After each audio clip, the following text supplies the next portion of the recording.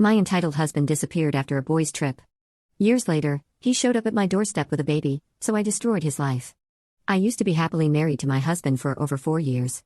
4 freaking years, and he left it all behind anyway. We never had any problems in our relationship. But right after we got married, we found out that I can't have kids. My egg count was extremely low. That was a very big shock because we had both agreed that we wanted at least 2 kids of our own. It even had me go into depression, from which I luckily recovered, thanks to therapy. Over the 4 years, I tried to get him to agree to other options, one of which was adopting. But he denied everything, insisting that he was fine even without kids. That was surprising and unbelievable because before marriage, he would always tell me how much he wanted kids. He would literally sit for hours and look at stuff he wanted to buy for his future child. But after that day at the doctor's appointment, he became completely numb to anything baby-related. He would often make off-handed comments about me, insulting my weight and lack of fitness. But when I confronted him, he would deny everything and claim that everything was normal. His change bothered me at the start because I thought he was forcing himself to accept reality, but as time went on, I forgot about it and moved on. Then came the big moment. He planned a trip. We lived in Brighton, which is in Europe, and he wanted to go to America for a trip with his friends.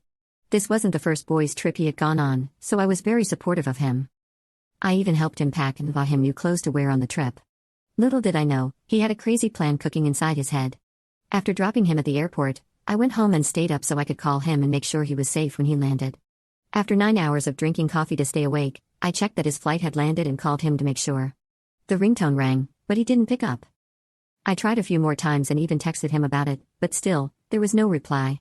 Thinking he was tired and had gone to sleep at the hotel, I also tucked myself into the bed.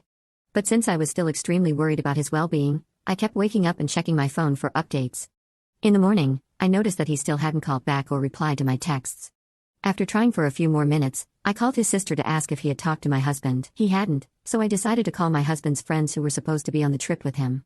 That might sound very invasive, but I genuinely thought it was an emergency. For the longest time, I have had a fear of my plane crashing into the water, and I didn't want my husband to go through that horrible fate. But when I called his friends, guess where they were at? They were 2 blocks away, having morning tea at a cafe. I thought it was a silly prank and I was being messed with. But no. My husband had truly disappeared and abandoned me. I was distraught, went in deep depression and completely went off the rail. I got really drunk and showed up at his parents' house, claiming that they were hiding them.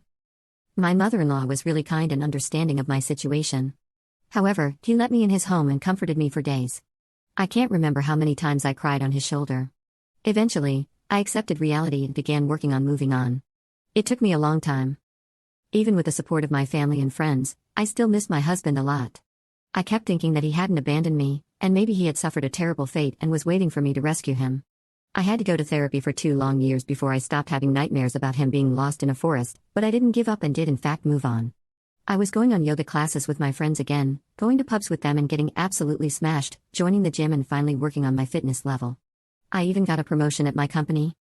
I thought that my life, which had stopped in time, was finally moving again, and I was happy. But, of course, my husband had to ruin that as well. A little less than 4 years after he disappeared, I saw my husband standing at my door with a baby in his arms.